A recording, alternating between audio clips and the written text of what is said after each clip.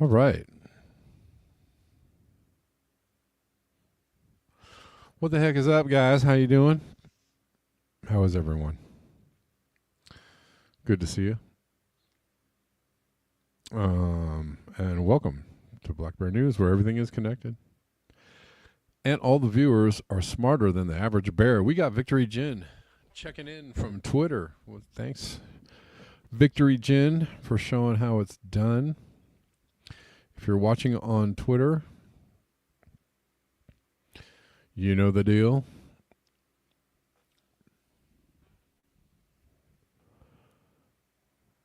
Repost, like it up, tell me, say hello, get in the chats.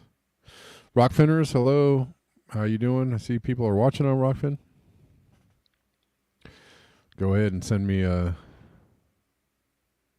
what's up. And Chris the Nomad says what's up. John Glad, Chris the Nomad, American Nihilist, Jazz Farm. What was everybody's experience with Rumble yesterday? Difficult? Annoying? Did it work out? People tell me that Rumble is just like YouTube. I don't know. I don't really watch shows on Rumble. I guess it's fine. Seems. I don't know. I don't have the issues that everybody else has with all the platforms. I mean, all the platforms work okay for me. Rockfin, I primarily am a Rockfin watcher. Most of the content, Rockfin and YouTube, I guess. Most of the content I watch is on Rockfin. The content I like to watch is on Rockfin. Also, Rockfin doesn't have ads, and so that's cool. And if I just watch Rockfin on a browser on my phone, it's fine. It seems to work plenty fine. I don't know. I know maybe the comment experience isn't the same for everybody, so who knows?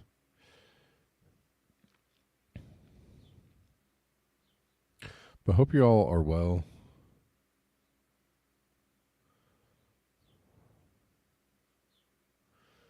Nobody has much to say. Anybody got anything to say?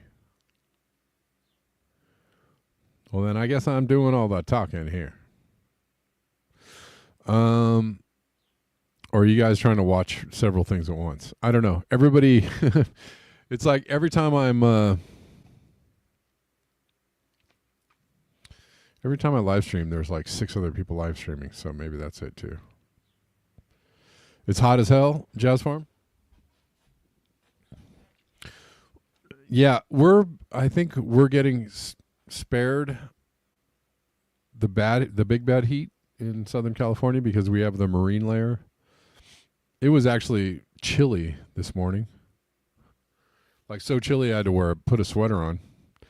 And it's June 7th. So we have a pretty robust marine layer that keeps everything cool until about this time in the afternoon when the marine layer burns off and it gets really hot. But it's 98 where you're at? Jeez, Jazz Farm. Yeah, that's warm. 98 is freaking warm.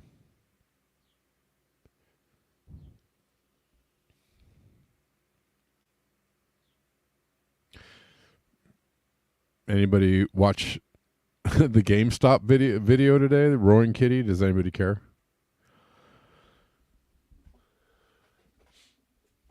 It was interesting and kind of weird. I watched it. I don't know that I got anything from it, but who knows?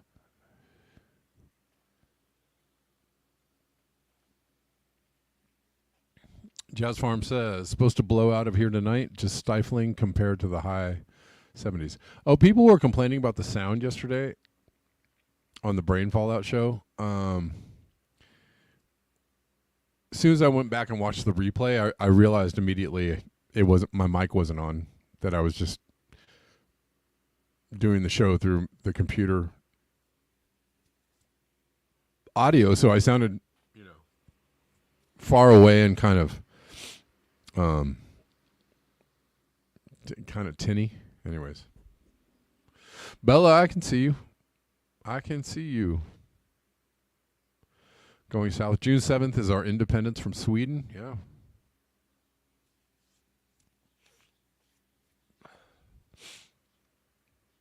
Congratulations.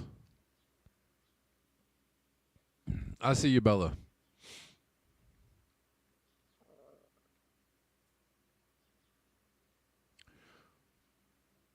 Well, everybody was on Rockfin yesterday. I guess because I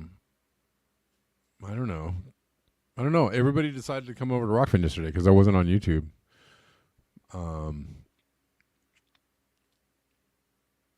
And now nobody's talking to me on Rockfin, so I don't know.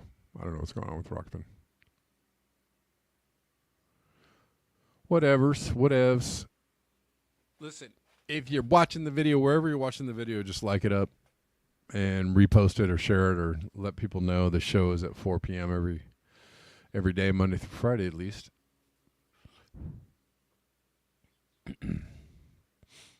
All right.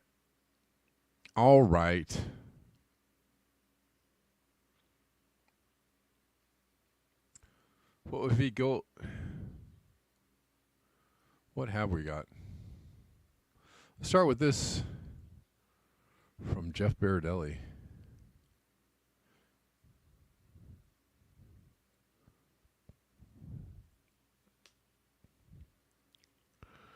Bella, you like Rumble? You watched the replay on Rumble? Okay. Yeah, I guess. Well, I liked it. It didn't seem weird to me. It seemed like nobody was chatting in Rumble, so everybody came to Rumble, and then nobody was like talking over there. So I think people got like just decided to leave and come to Rockfin. I don't know. It was kind of strange. I was like, all right. But I'll keep doing shows on Rumble. At least I don't feel the fear that I do from YouTube.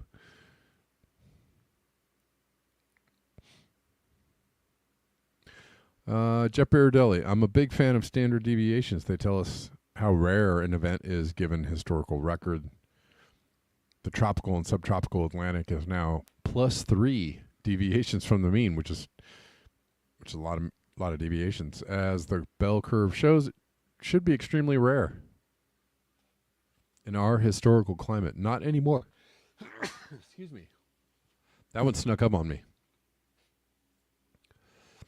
Extremely rare in our historical climate, not anymore in our new climate.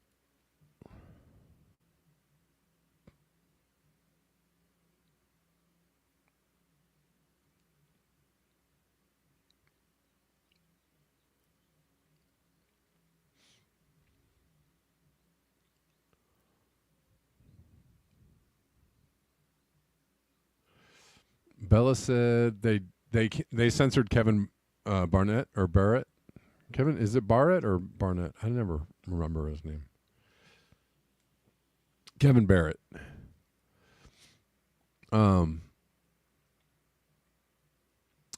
Rumble censored him? Oh. I mean, that sucks. He does get out there, Kevin Barrett. Cool, Schulte.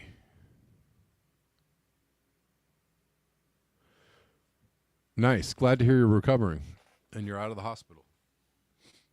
That's good news.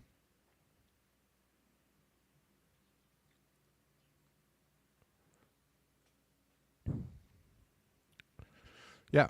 Well, basically,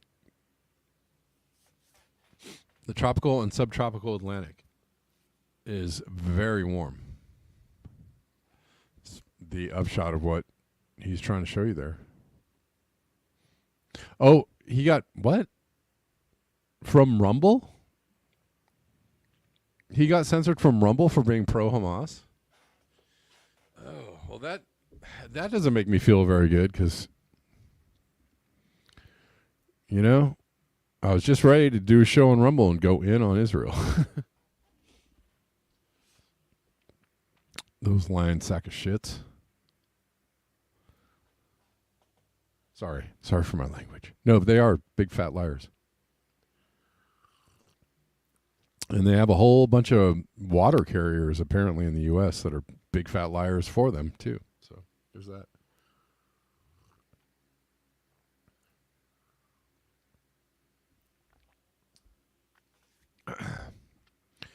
Sorry for my tea drinking, but it's delicious.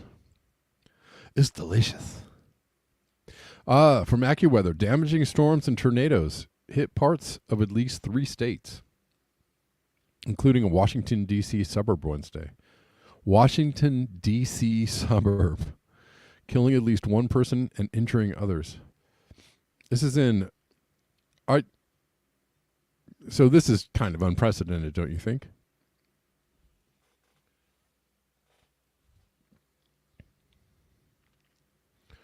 Don't you think it's unprecedented that tornadoes are literally just wreaking havoc everywhere on the planet? Like literally everywhere at the same time, all at the same time. They must got that harp turned up to 11.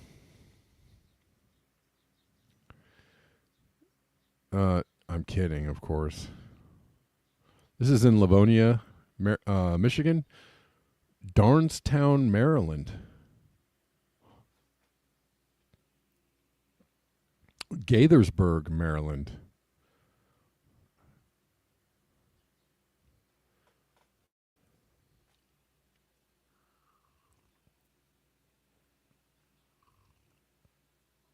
Royal Oak, Michigan. I know where that is. I've been to Royal Oak. Feel like I've been to Livonia too. I've been to Livonia. I've been there. But people are certainly... Look at that. Look at the size of that thing.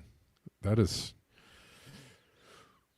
scary, to say the least.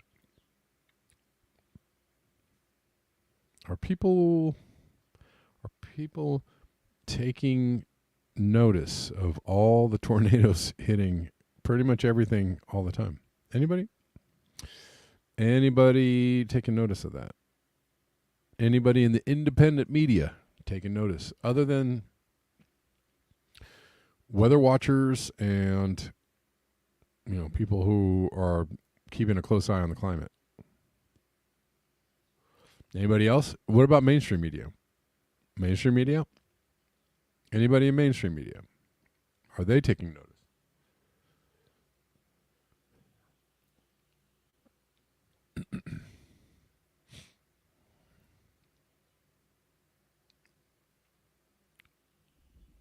Jazz Farm says, I grew up next to Royal Oak, Michigan, specializes in tornadoes. We have several take down big trees in the winter ice storms. Okay, good to know.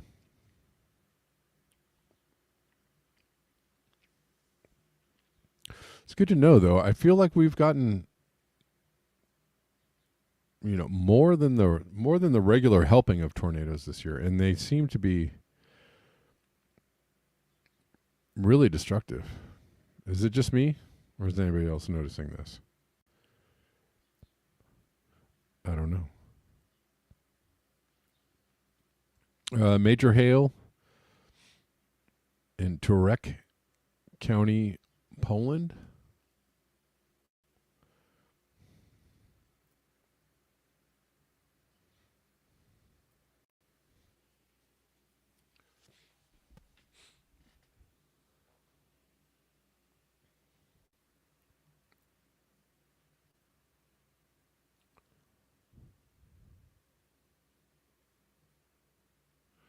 Gene says tornadoes in Virginia and Maryland seem unusual to me. Well, yeah, I'd say.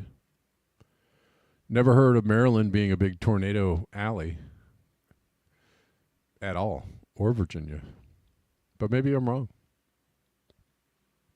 I guess Michigan I could understand.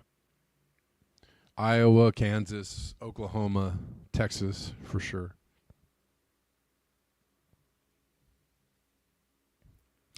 This is in Poland on June 7th. Hail.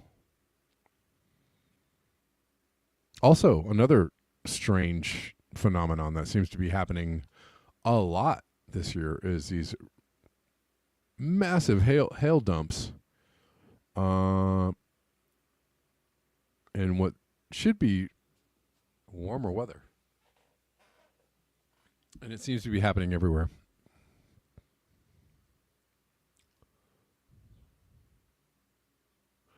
The mountain melt is happening way faster than normal.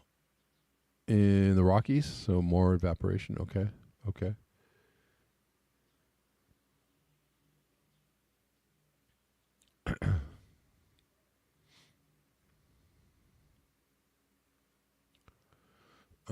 Let's see. Let's talk about there's some heat waves or mounting heat waves going on.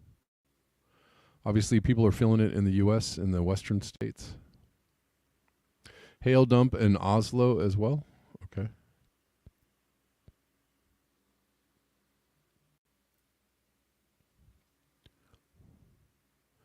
This is Jim.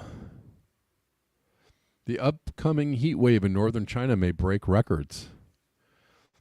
NMC predicts that the highest temperature in Zhuozhou, Henan province, will reach 45 C on June 12th. If this is achieved, it will break the high temperature record in Henan province and even in central China.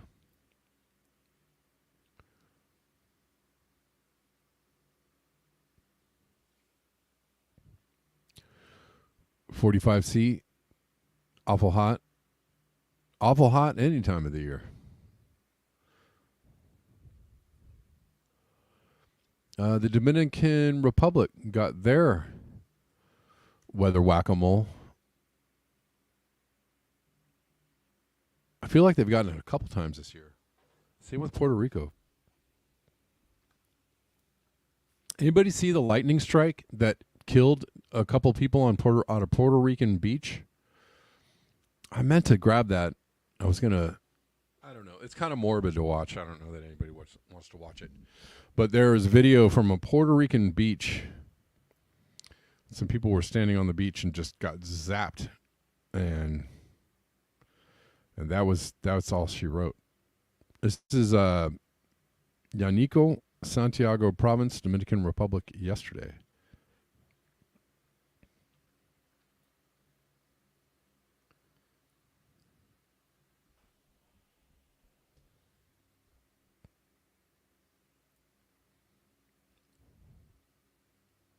Rockfinders, hello. I see you watching.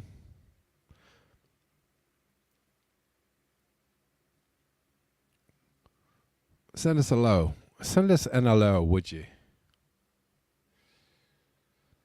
Gene says I do not want to watch it. Yeah, I'm not really a fan of I'm not really a fan of going through my Twitter stream and suddenly seeing people committing murder or being murdered on my feed. I'm not into it. I'm not into it. And where are the protections, for God's sakes? You know, if somebody's dying on your screen, you should at least have a little bit of a warning.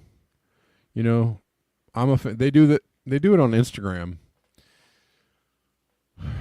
where they gray it out and they say, "Do you really want to watch this?" You know, I appreciate that. Usually, I say, "Okay," because I'm just morbidly curious. Most of the time, but sometimes I don't want to. Sometimes I'm like, no way, not today. Whatever it is I'm about to see, I don't want to see it, and I like to have that choice. And I've seen a couple things on Twitter. Yes, the images stay with you. I've seen a couple things on Twitter.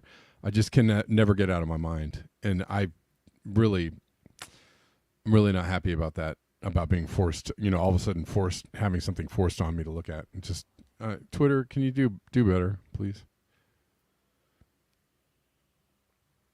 Can you do better?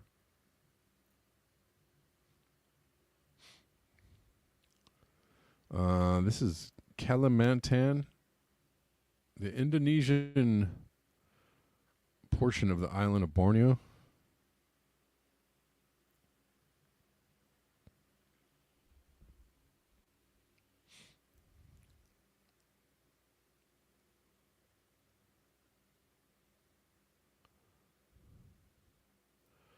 And they are getting slammed.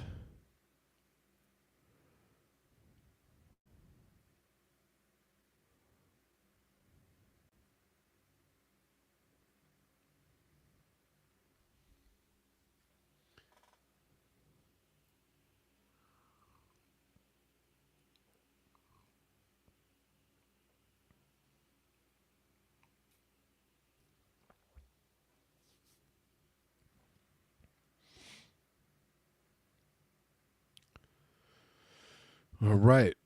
And in Egypt,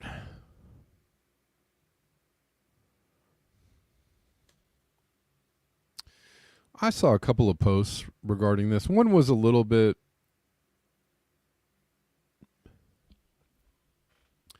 I retweeted it, and I regretted retweeting it because, I don't know. It's not really a big deal. Somebody talking about the warm temperatures in the Middle East, and they were like 60 C's, soon upon us, and the extinction of people everywhere. And I was like, yeah, that's true. It's true. That's almost like something morbid, I don't know. I have conflictions about that because, I know that's soon come.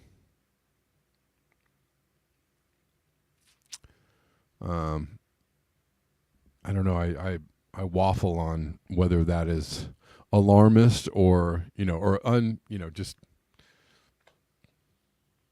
it's not alarmist. It's real. But sometimes it almost feels a little morbid to me too. Gene says, we had landslides here too. No one was killed or injured, but several houses were destroyed.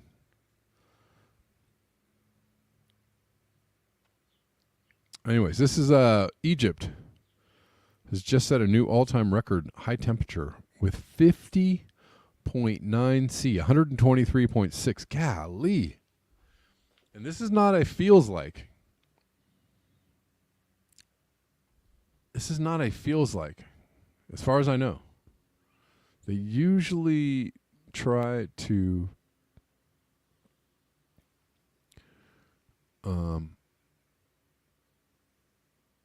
Yoga Mama says, just for interest, it was 51 degrees in Syria yesterday. Syria getting it too. Well, that's basically 51 C. 123, almost 124 Fahrenheit. Can you imagine how humid it is there? I just don't know. I just don't understand. This is the highest temperature ever reliably recorded in Africa in the month of June. It was past the previous national heat record of 50.3 C from 1961.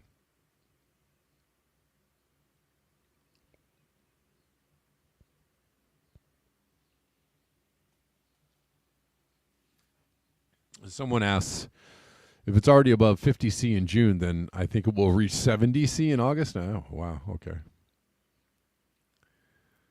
Don't know about that.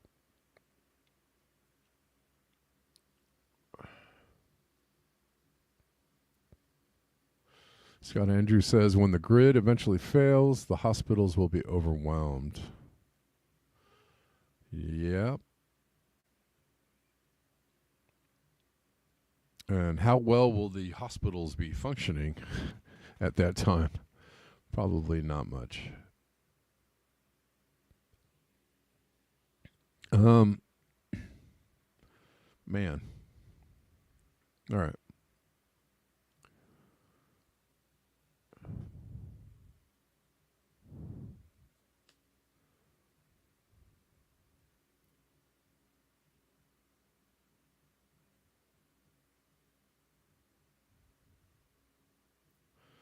A vast colony of breeding seabirds on Bedouat Island, Australia, experienced unprecedented mortality when Cyclone Ilsa battered the island in 2023. At a time when there should have been up to 25,000 birds on the island, aerial images revealed just 58. Say what? That seems extraordinary. A vast colony of breeding seabirds on Bedouat Island, Australia, experienced unprecedented mortality when Cyclone Ilsa battered the island in 2023. The cyclone is thought to have killed off between 80 and 90% of the brown and masked boobies that breed on the island, potentially threatening the population's future survival. The bed-out masked booby is a seabird that is likely only found on the small island on which it breeds. Located about 40 kilometers off the northwestern coast of Australia, Bed-Out Island is a pretty inhospitable low-lying island only just rising above the waves. With no vegetation to cast a shadow, temperatures during the day can soar, while its low profile makes it susceptible to extreme weather events. But despite this, every year it is inhabited by tens of thousands of seabirds, including brown boobies, lesser frigate birds, crested terns, and masked boobies. This makes the island an internationally important seabird breeding colony. Do you wonder maybe why? Oh, I'm sorry. Why they all flock there?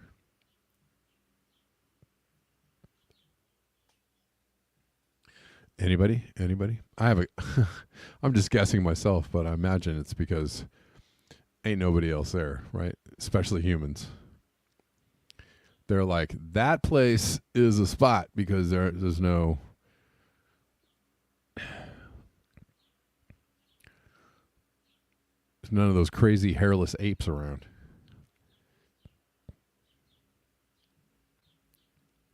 Saints Great says it was not a feels like temp in Egypt, but low humidity. So not very humid in Aswan. Okay.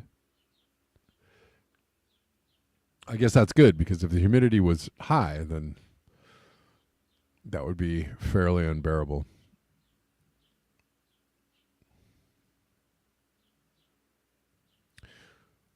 Gene says they flock there because they go back to where they were born. It is in their DNA. Fair enough.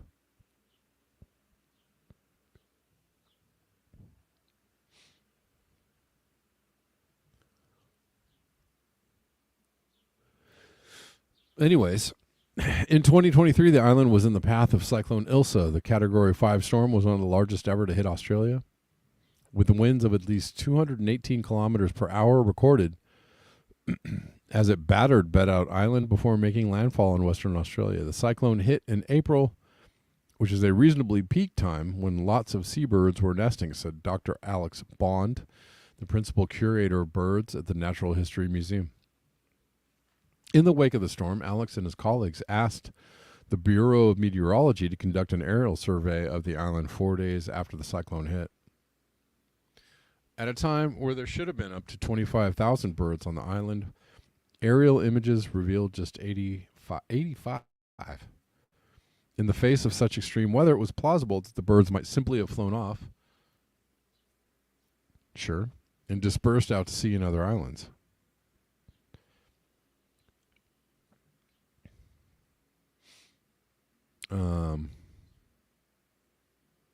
So a few months later, the team of researchers managed to visit the island to see what remained. What they found was utter devastation. The dead animals were still there, explains Alex.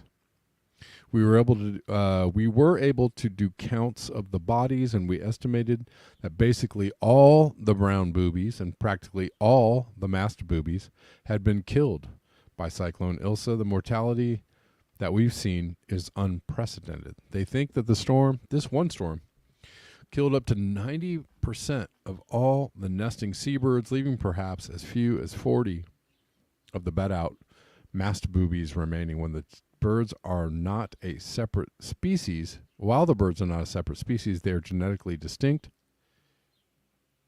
and still form a critical population of the masked booby. Depending on how you slice your cake, taxonomically speaking, the bed-out masked booby may be endemic at subspecies level, explains Alex. We know genetically they are isolated compared with other masked booby populations, but whether they tip things over the line in terms of its subspecies is still a question that we're looking at.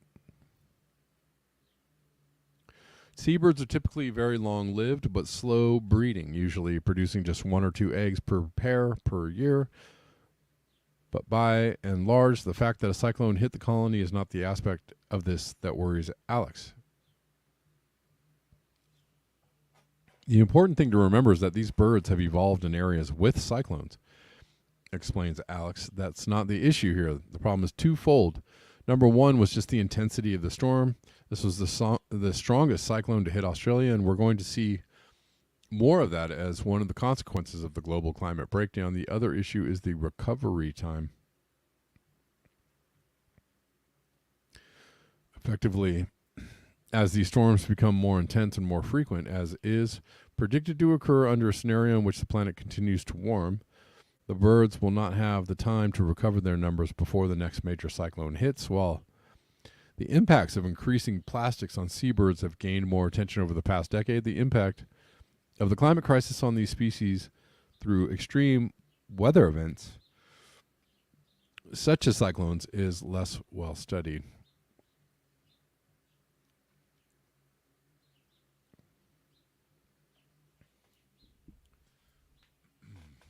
Okay.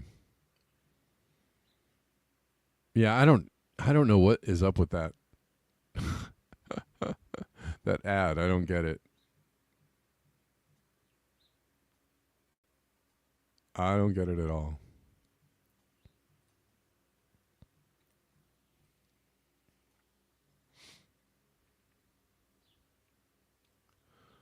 All right. Let's see.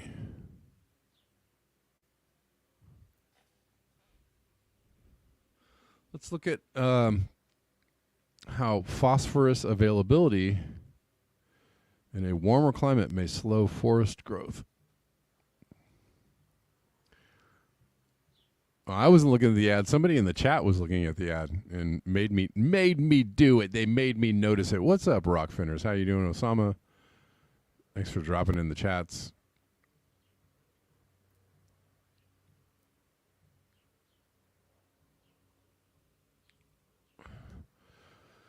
Y'all are too kind. Super special. Thanks for hanging out with me today on this lovely, kind of warmish Friday afternoon. Anyways, this is from Jeff Masters. Phosphorus availability in a warmer climate may slow forest growth, reducing the amount of CO2 trees take up. A fierce battle is being fought in the soil beneath our feet, and the implications for global warming are huge.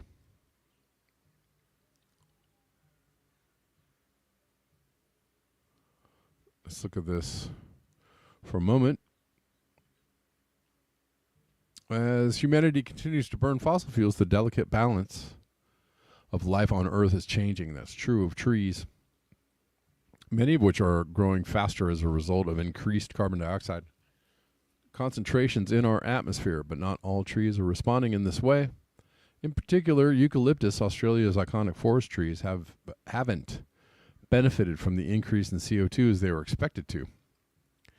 You mean it is not plant food?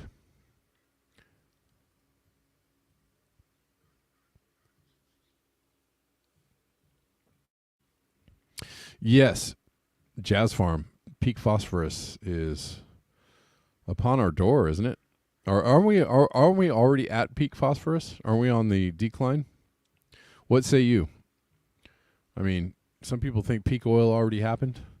Some people think peak phosphorus already happened. I don't know.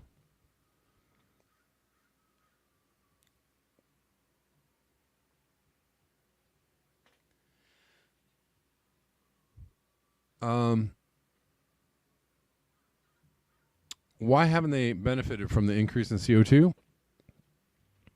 New research published today in Nature shows it comes down to a below-ground battle for phosphorus, a mineral nutrient in soils that is essential for tree growth.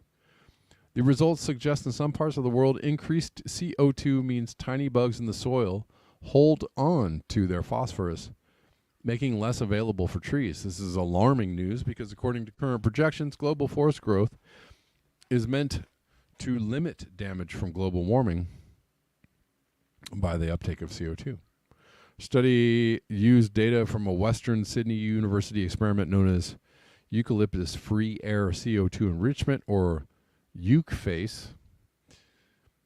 The experiment is located in a century-old Cumberland Plain woodland in Sydney's Hawkesbury district. CO2 is released into the woodland through a computer-controlled system. Scientists then monitor the effects on trees, soils, and the broader ecosystem. Over 6 years, CO2 was raised to the levels expected around the year 2050. According to the current business-as-usual emissions trajectory, our previous studies found that woodland trees did not show any extra growth at high CO2 levels. We suspected the low availability of soil phosphorus was the cause and set out to test this. Phosphorus is crucial to the process of photosynthesis that makes trees grow. Phosphorus in soil is provided by bugs known as microbes. These microorganisms break down dead and decaying matter and in the process change phosphorus into a form that plants can take up with their roots. Most Australian soils are naturally low in phosphorus because they are derived from ancient nutrient-depleted rocks. The same is true for most soils in tropical and subtropical regions. That makes the phosphorus service provided by microbes even more important. Anyways, we sampled phosphorus in all parts of the ecosystem, tracing its journey from the soil to the trees. We found under high CO2 conditions that microbes keep more of the phosphorus they produce to aid their own metabolism. This left less available for trees to take up. This occurred despite the trees trying to bargain for phosphorus by releasing extra carbon into the soil to feed the microbes. Intelligent, yeah? Eh?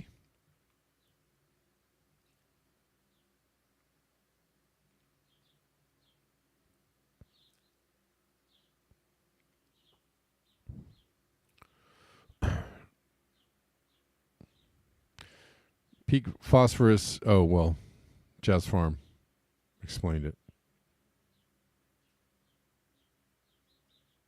There's only so much phosphorus on the planet Earth.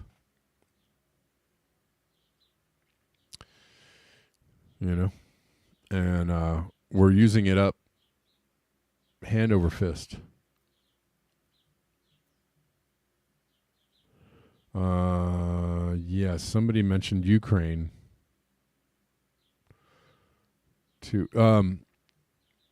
Ukraine and I think Russia are big sources of not phosphorus but fertilizer.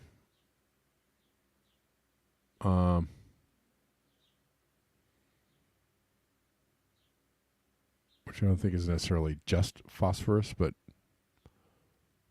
anyways.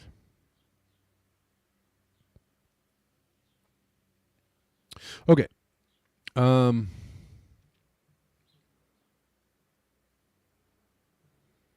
Anyways, the trees bargained with the microbes for the phosphorus. What's more, trees are big recyclers of phosphorus. They remove half of the phosphorus from any leaf before it falls. Very intelligent, but this is still not enough to support extra tree growth. Those trees are wicked smart.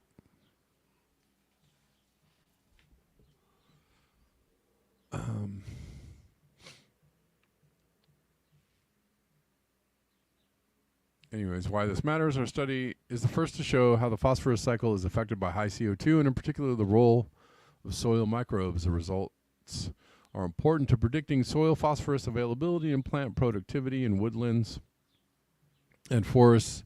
As CO2 levels increase in the atmosphere, current climate projections assume increasing CO2 will lead to more forest growth globally, but maybe assume wrongly. Well, so also that we're at peak. I guess it goes hand in hand.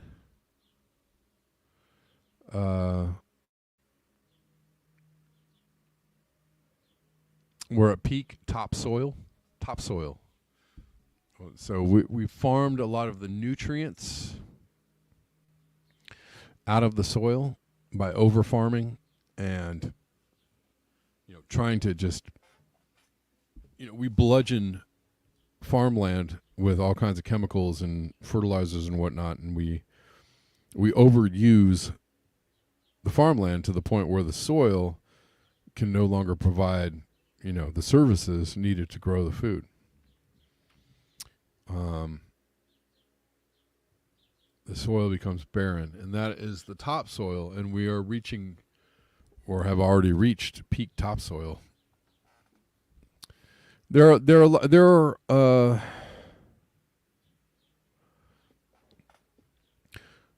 organizations and people out trying to educate people on this and how to replenish the topsoil.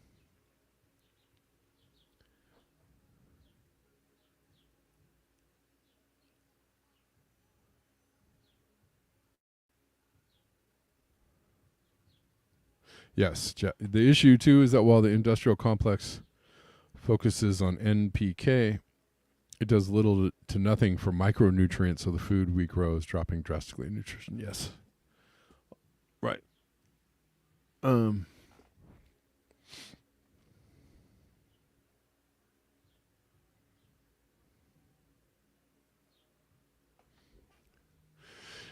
Jazz Farm says, if you want topsoil back, bring back the buffalo. Yeah. Hell, bring back the woolly mammoth. All right. All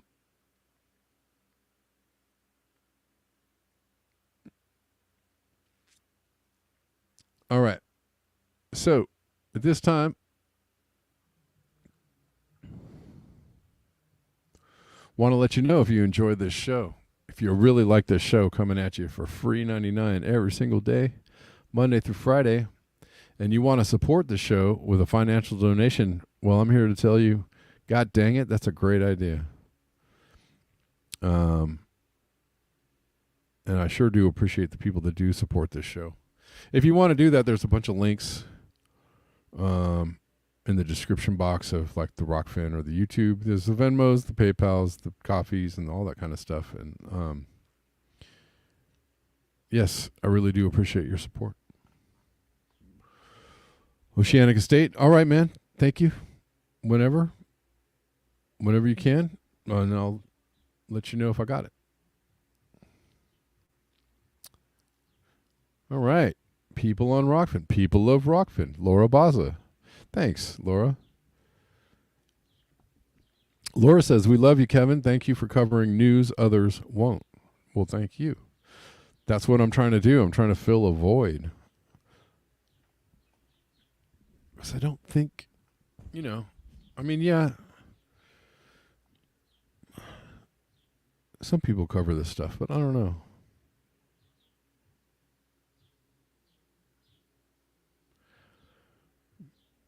I think everybody has their own style and particular focus. So, well, thank you, Laura. I appreciate it. Right on. Got a few more things to cover here.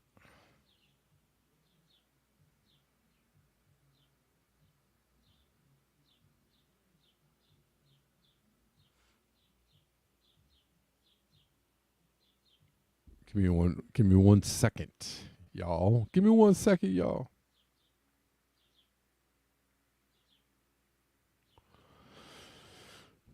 Y'all are the best. All right. Okay, people. Yeah, I got a couple of things.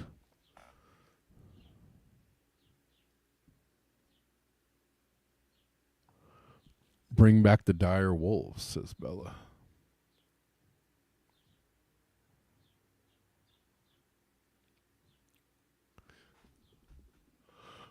Okay.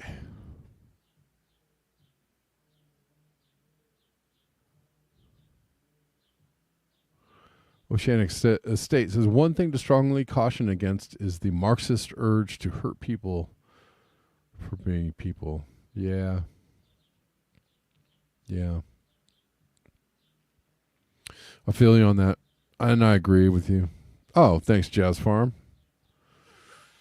Appreciate the coffee. Jazz Farm bought me a coffee. Says, love you to pieces, friend. Thank you, Jazz Farm. Love you too, man. Thanks for being here. Let's see. A couple more things to cover before I go. Guys, I think I'm probably gonna do a book reading tomorrow. Some people really love the book readings, and I'm glad you love them so much.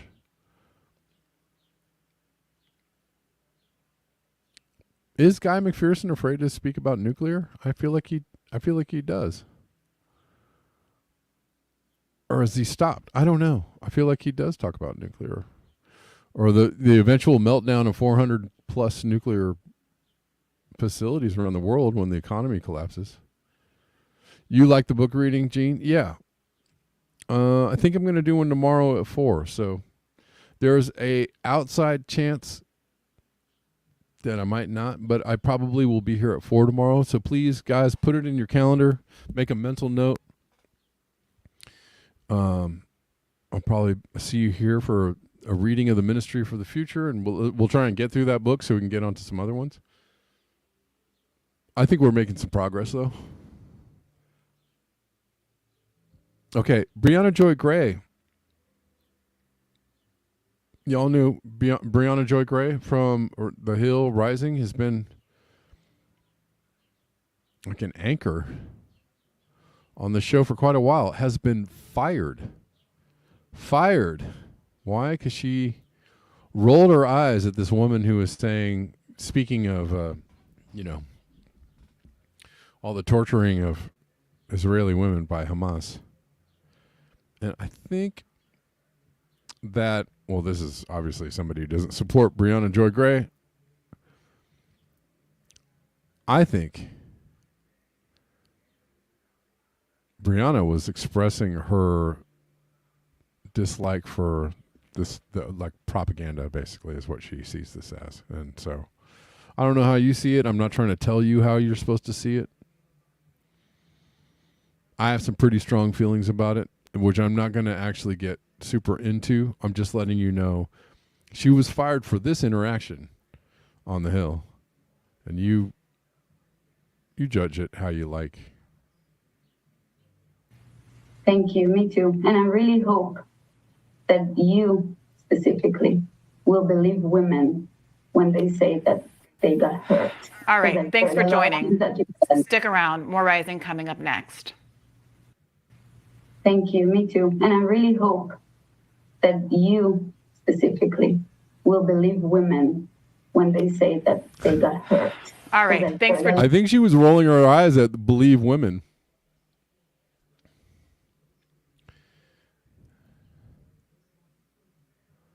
I think that's what she was rolling her eyes at. Because, if you want to push a particular narrative, the best thing to do is to try and make it seem like,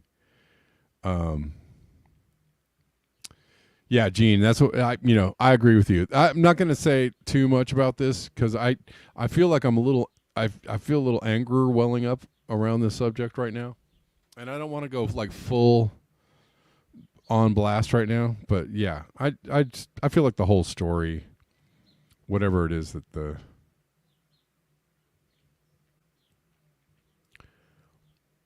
really going hard on concocting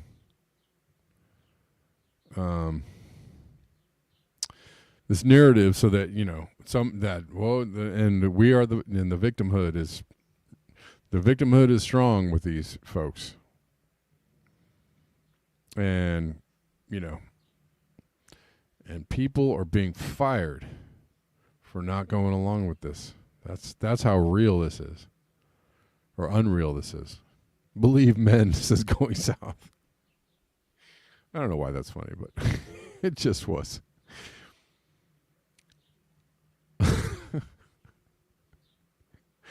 Funny is for its ridiculousness. I got something even more ridiculous and comedic to play, but I'm not going to play it on this show. I'm going to play it on Brain Fallout. I'll play it on Brain Fallout. So that's pretty big news. Brianna Joy Gray.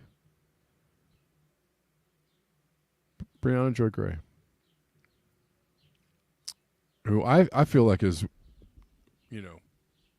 really, one of the best out there doing it as far as reporting news from the left and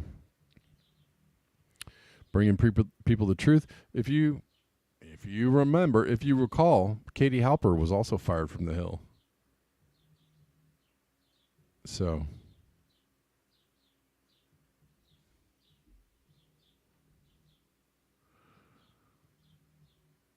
Katie Halper was also let go for being a little too truthful there. You know what I'm saying? So the Hill is yet another one of those, platforms, outlets, whatever you want to call them, that are like, hey, we're bringing you the truth, and we're looking at it from all sides, and we're, free speeching over here, but when you get right down to it, not really. Not really. Democracy Now! Did a short segment on Brie and Katie being fired. Okay, I haven't seen that yet, so I'll go check that out. Yeah. Remember Useful Idiots on Rolling Stone? That was one of the best shows. I loved that show. Katie Halper and why am I blanking on his name? Matt. Why am I blanking out on his last name right now? Anybody, you know who I'm talking about? I just had a big old brain fart right now. Useful Idiots was one of my favorite shows.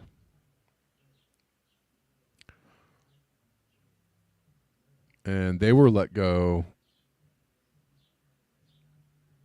They were told you can go away and not come back. Why am I blanking out? Anybody help me? Taibbi, thank you. Golly, that was tough. Because I was like, I know this dude's name. Matt Taibbi. Matt Taibbi and Katie Halper were two of the best. I mean, they were just really very funny. Very, very funny. Very dry. Very funny, very quick. That was just one of my favorite shows. I loved that show. And very sad. Very sad when they were gone.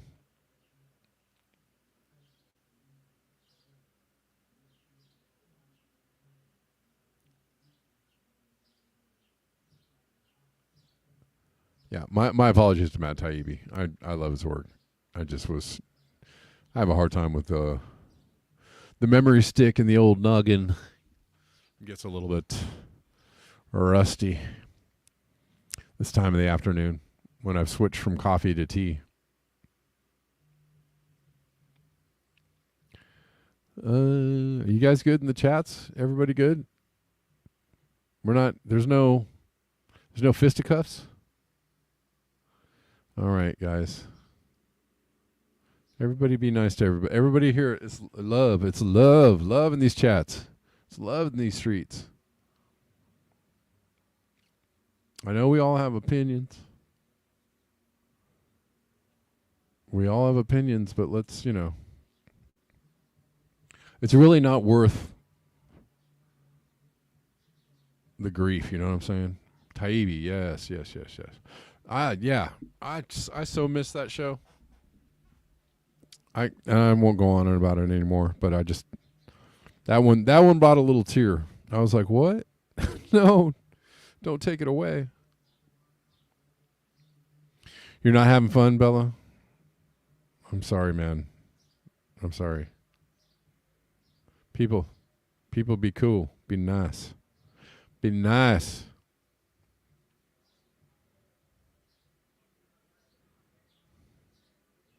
I know we all like to talk a little shit, but let's be cool.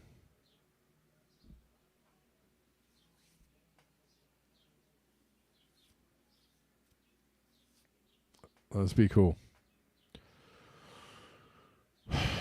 All right, lastly, we're at the end here.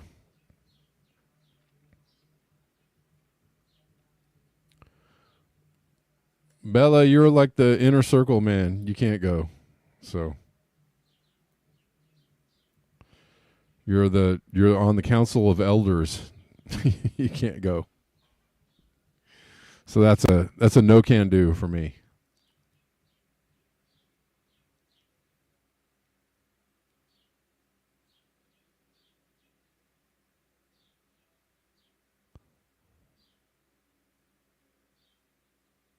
All right, let's look at this. An electric car from 1960. And I really dig the music on this. Let's watch this. 1960, you say? How long did it take us to get electric cars to the market? You know, ones that explode and drive off the road all on their own accord. Let's watch this.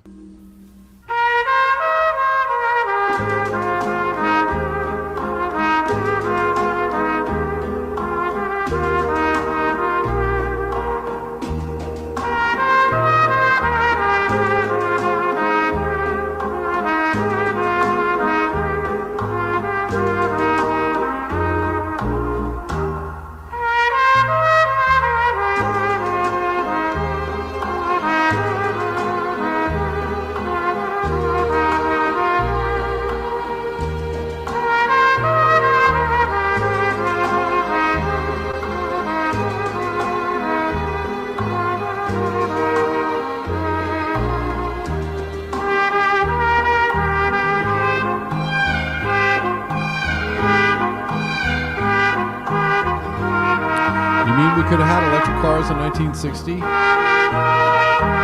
not burnt gas and oil for another 60 years, all day and all night. What? Oh, man. Yeah, that sucks. You know, we had electric cars even before then. There were electric cars even way before that. Anyways. Yep. Could have avoided killing the planet, but no, we had to burn some more oil. We had to sell some more oil. I mean, we had trains, people. We had trains that ran on electricity all over in the city where I live. Famously, we had a working rail system here.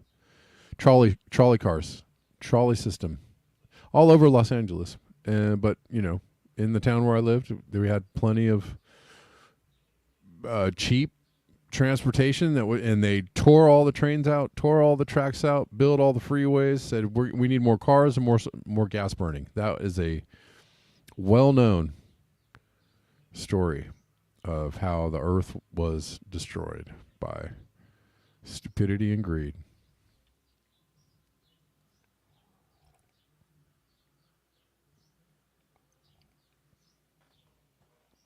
And so it goes. All right, guys. Just checking to see if I got anybody to thank. Any others? Appreciate you all being here. I'll probably be here tomorrow at 4 for a good old-fashioned book reading. I read and you listen. All right? All right, peoples. Enjoy. And until next time, peace.